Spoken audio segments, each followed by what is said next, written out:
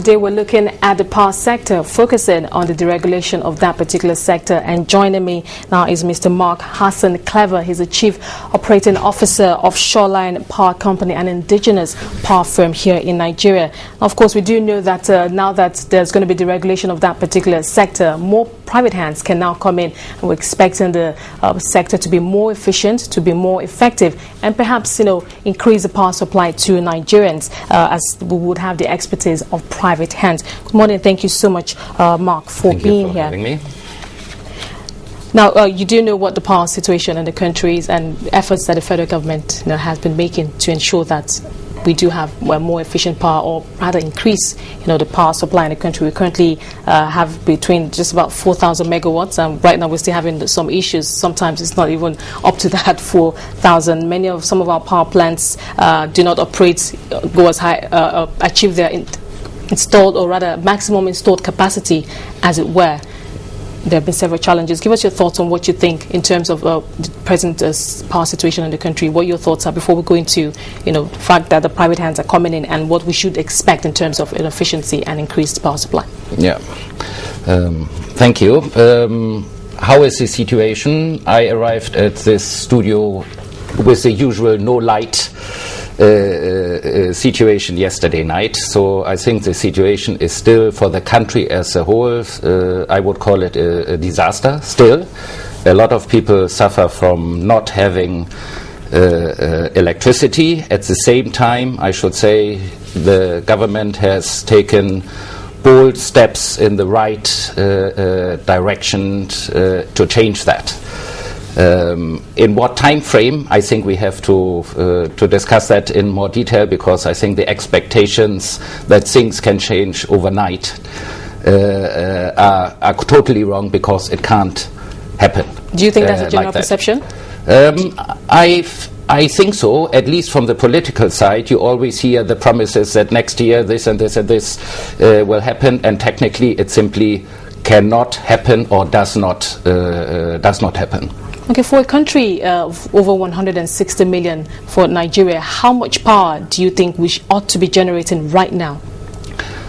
I think the population growth is one thing. I think more important is the industrial development. If you would look on my phone, I call my statement "Power means development," and I think Nigeria and the youth have been deprived from development because there is no employment, or insufficient employment by industry, and one of the main reasons is the unavailability of power. Okay, so you're saying that the amount of in terms of our industrial output, or what we have on ground in terms of manufacturing, all the manufacturing companies, that is enough for the amount of power that we generate, 4,000, or you're saying that if we have more, because I was asking you how much you think we ought to be generating as it. I think by now we already talk about 20 or 25,000 megawatt, and we have 4. So the private sector, to which industry as employer belongs, is basically self-generating. Okay, now some private companies here, like Shell and Ajib, some of them actually produce their own, power, and for the installed capacity of each of their plants, they usually achieve 100%. Why do you think that here we're not able to achieve 100 of the little that we have, the few plants that we have, 17 or 18 of them?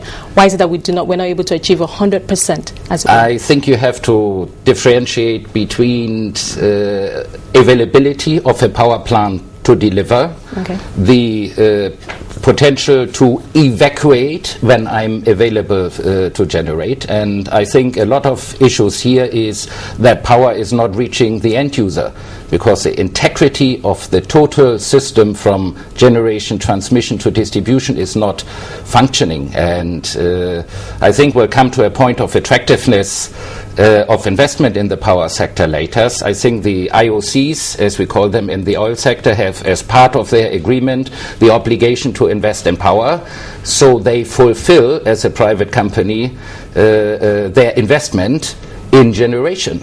But they are not the ones to distribute and to transmit and to distribute. So in the end, yes, their obligations are fulfilled. Power is still not reaching the end user, like you and me. Now, when the federal government made out calls for bids, for private hands to come in, we did have like over 100 companies who were interested. Now, looking at the power situation, someone looking at it from the outside, it would look like a hopeless situation. You have this massive country, one of the fastest growing economies in the world, just 4,000 megawatt. What makes it attractive for an outside investor?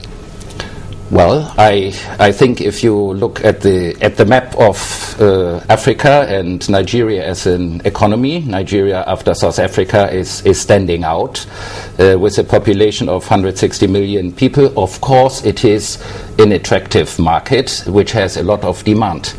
So naturally, it attracts, in general terms, investment into this sector which needs development.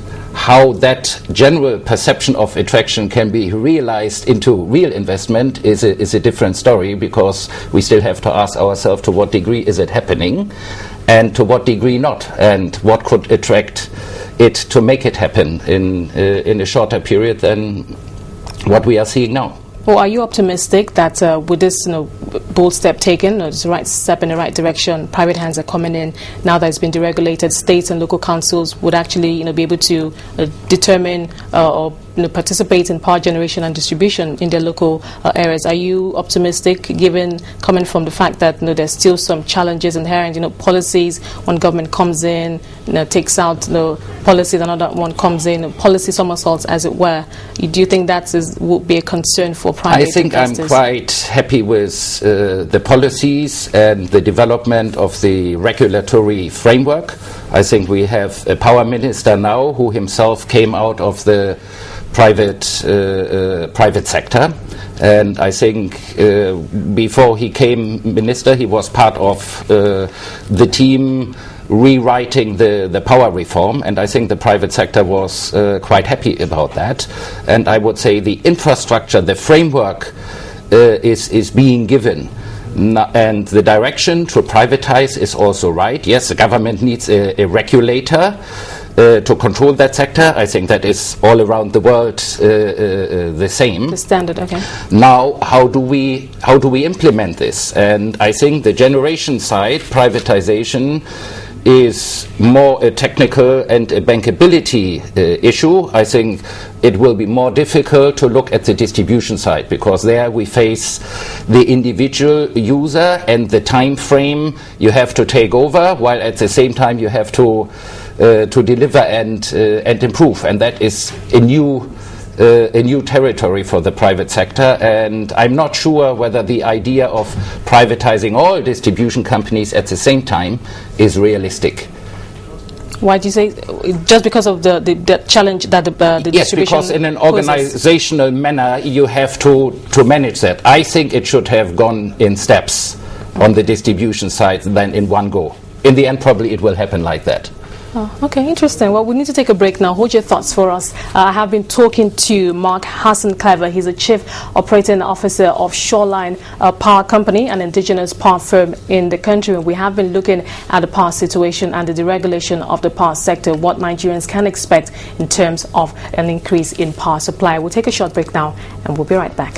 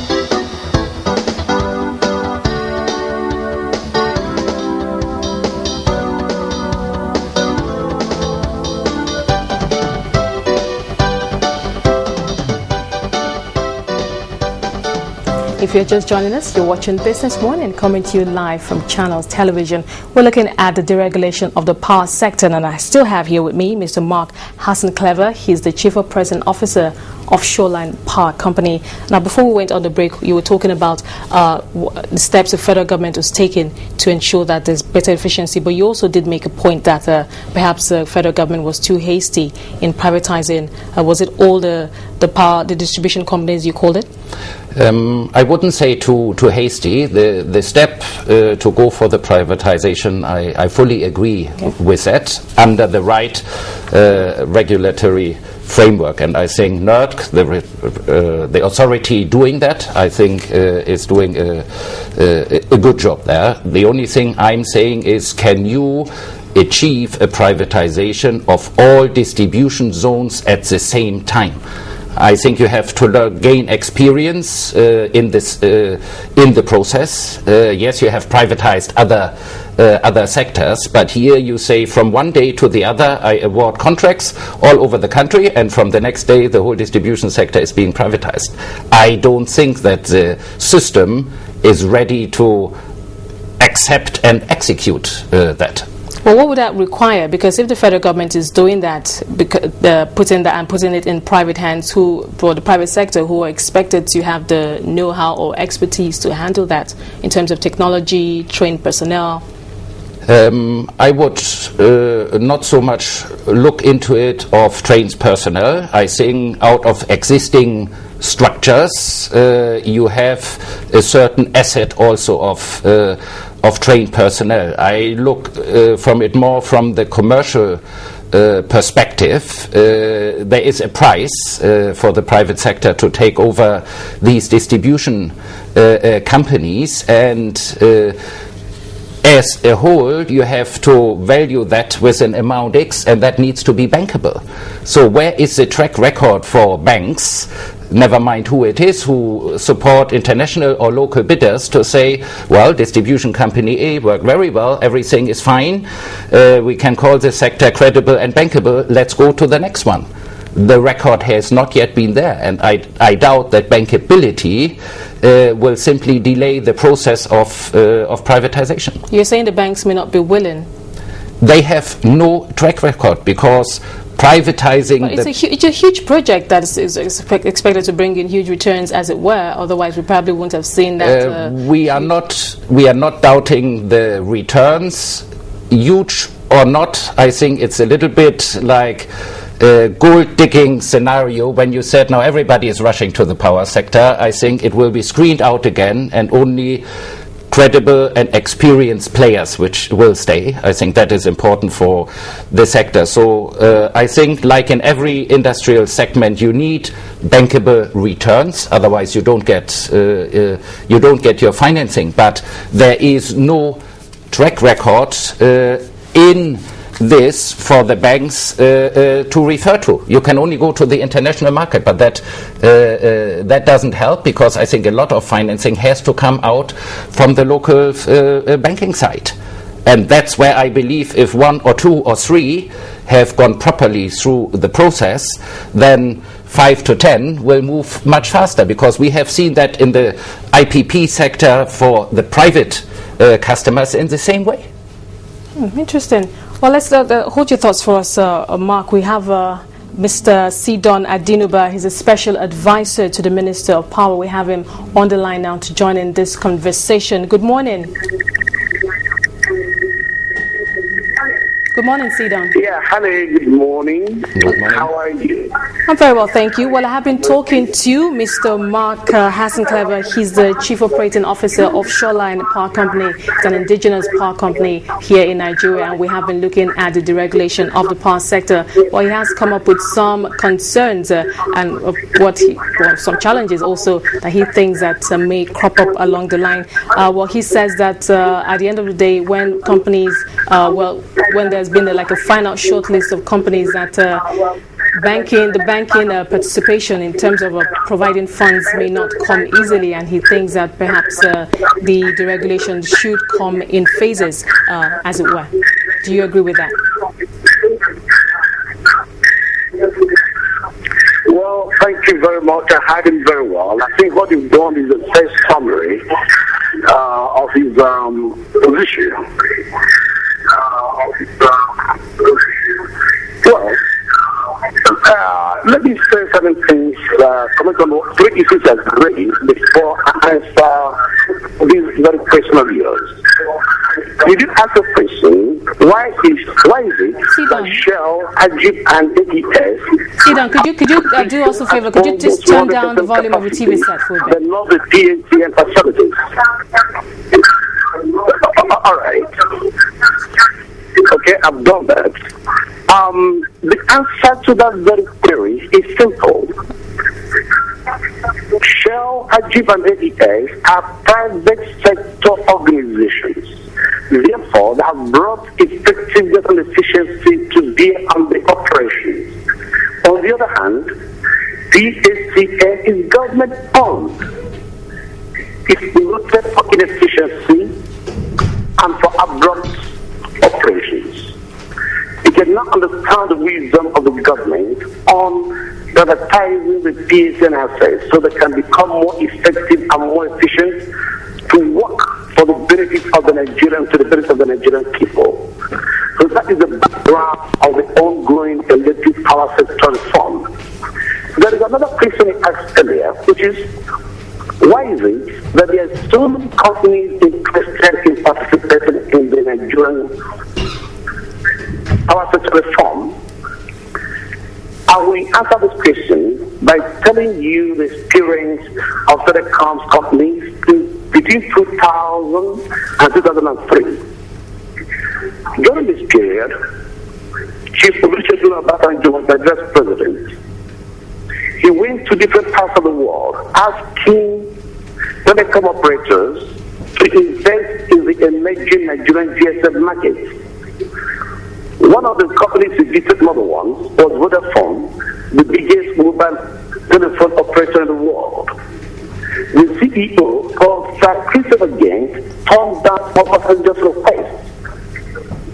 In 2003, when Sir Christopher was retiring from the board of Vodafone, he was asked his greatest regret. He said, not investing in Nigeria's power sector. In Nigeria's telecom sector. In other ways, the international investors are learning from the Vodafone mistake. The ongoing power sector in Nigeria is about to unleash an unprecedented revolution. This revolution will turn what we have seen in the telecom sector into child's play. We do not want to be left out of this wonderful revolution that is pending. Now, the other question about deregulation, you have to look at what has happened before. Look at the NASCO experience. There was a time those used to experience uninterrupted power supply because NASCO was in charge of jobs. But the PSA said no, that the law conferred monopoly of our generation, our transmission, and power distribution on it. So the PSA changed NASCO out of jobs. As a result, our supply in jobs became epileptic like the rest of the country. In other ways, by deregulating the power sector fully, we are about to see efficiency in different parts of the country. Okay, Sidan, Mr. Mark was also mentioning the fact that there seems to be a general perception that with the involvement of private sector hands, that things are just going to change overnight. That we're expecting power reforms to just increase power supply, like you said, unprecedented levels in just a few months or so. He's saying that it may take a while. Should Nigerians know this, or should we? Is there a need to correct this perception? I'm sorry, I missed you. You were repeating yourself. Well, Mark was saying earlier, before you called, that there's a general perception that with involvement of private hands now, things are just going to change overnight. We might go from 4,000 megawatts to I don't know what, but general perception is that it's going to be like a miracle. We're going to have power, a significant increase in power overnight. Do you think there's a need to correct this impression and just allow the process to evolve at its own pace? Well, thanks for this question. We have made it clear from inception that we cannot perform miracles in the power sector, but we should be able to do things that the Nigerian people will notice. What we have promised them is a gradual process of improvement, and this process will be sustained over a long period. Power supply, the power supply challenge we have in this country cannot be solved overnight. I'd like to give you an example in South Africa. South Africa's energy firm called Eskom is one of the most efficient companies in the world. Yet, since 2008, South Africa has been experiencing power shortages. As I'm talking to you, not even 1 megawatt has been added, and no megawatts will be added until 2014. Why? It takes a long time and a lot of funds to build a power plant. At least not the emergency power plant, but a power plant on a scale that will make an impact on a large country like Nigeria. So that's what we're promising. It's going to be a gradual sort of a gradual process of improvement, not a miracle, not another nice thing. Do not forget what we inherited. The other time, the Kainji power station was shut down. Do not forget that Kainji was built in 1968. As I'm talking to you, Kainji has not been overhauled since it was established 44 years ago. So this is what we inherited. When you have a machine run for 44 years, 24 hours every day, and you have not overhauled the engine, you are bound to have problems from time to time. So we are looking at these problems holistically, and we are having a gradual, a phased program of solving the problem one by one. But definitely, what I can promise you is, currently we are producing 4,400 megawatts. By the end of this year, we shall have at least 1,000 megawatts. At least, we may be able to do more than that. And by next year, it will definitely increase, and so on and so forth. So by 2014, we should be able to achieve at least 10,000 megawatts. And we shall ensure that this quantum of power gets to the end users.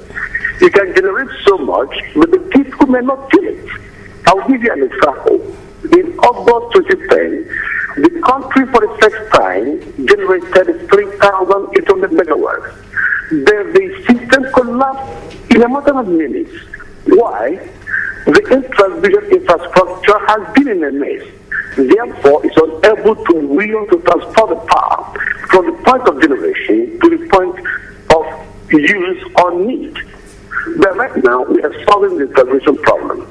Do not forget that the President has graciously approved the building of 765 kV super grid, so that will ensure we leapfrog. We are also addressing the fundamental problems we have in the distribution network. Okay, Sidon, we're almost completely out of time at this point. I think we have to leave it there at this point. I wish we had more time, but we actually don't. Well, thank you for your contribution. Thank you for being a part of the program. We do appreciate your contribution. Well, I have been talking to Sidon Adinuba. He's a special advisor to the Minister of Power. He was reacting to some of the issues raised by Mark Hassan Cliver, the Chief Operating Officer of Shoreline Power Company, on issues of perception in terms of the fact that there's a general perception that the power situation with the introduction of private hands may be solved overnight, just to allow the process to evolve and take as long as it will. Well, I still have Mark here, and we're still talking about the power sector. Mark, you listened to the special advisor, and of course he did address some of the issues you raised in terms of perception, in terms of the fact that the banks it's not going to be difficult for the banks to participate. But let's leave that. Let's go to the new tariff regime. I know it's an expensive venture. It's not going to come cheap. And at the end of the day, Nigerians, from all indications, will have to pay more, especially now that private hands are coming in. Well, I do know that on average, we have an average in terms of pricing for kilowatt per hour is about 8 naira 50 kobo to 10 naira. in terms of an increase in price, that's about almost 100%. How much more do you think Nigerians would have to pay at the end of the day? Well, I think the price will go above 20 naira. But I think the pricing, yes, in the total pocket or capability to spend plays a role. But as power needs development, I believe everybody in his own pace is ready to pay for power, because it gives him not only comfort but even more a lot of opportunities, from the smallest business up to the bigger companies. And I do not think that pricing is the issue. I think you will see pricing because the regulator understands international pricing, and they are not going totally out of the price range because all power companies are just getting rich in Nigeria now. Pricing is being regulated and just has to meet international bankability. And I think then, as long as it is available, it's affordable to Nigerians. Okay, if it's going to go up to 22 naira, like you said, I think what is most of concern to Nigerians is the fact that, okay, fine, we're going to pay more. Will we have sufficient? Is it going to be 24 hours electricity supply? Well, I think availability is the most critical part, and I don't know, I cannot now say you divide the country. You have to find a way of reducing your cuts in availability in power. But if I take a turn to the purely private sector, when we are building power plants and selling power to a client, it's very simple. We have to perform on 24/7 availability, and only by that we are being measured, and it is achievable. It's not achievable for the whole country in one go, but if you go by smaller bits and have what the regulator says, for example, embedded generation in your local distribution zones, I think you can achieve it. And I think what everybody is being tired of, as one of our own staff said, let's not be talkers, let's be doers. There is absolutely too many talking about this, and the results are not following. We in the private sectors are purely measured by results which are transparent and which can be followed.